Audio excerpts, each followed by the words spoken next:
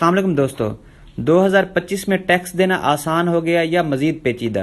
क्या आप पुराने निज़ाम के तहत कम टैक्स देंगे या नए निज़ाम में फ़ायदा होगा? आज की वीडियो में हम बात करेंगे 2025 के इनकम टैक्स स्लैब्स की मुकम्मल मिसालों के साथ।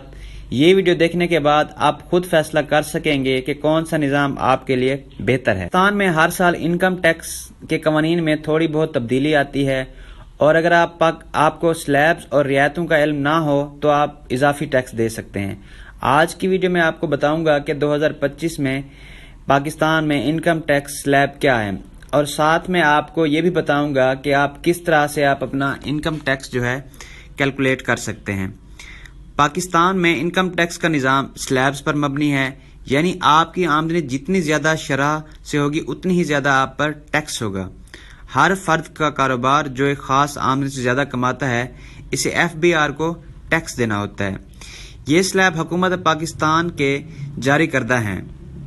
मुताबिक अगर आपकी सालाना आमदनी 6 लाख रुपए है या इससे कम है तो आपके ऊपर कोई टैक्स लागू नहीं होता।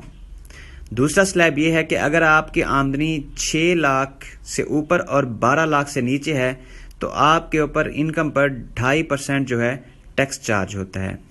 तीसरा स्लैब है अगर आपकी इनकम 12 लाख से लेके 24 लाख से नीचे है तो आपके ऊपर 12.5% टैक्स चार्ज होता है।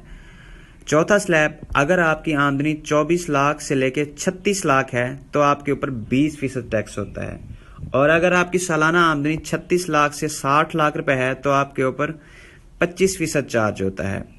इसी तरह अगर आपकी आमदनी 60 लाख से जायद है तो आपके ऊपर इनकम टैक्स 35% चार्ज होता है।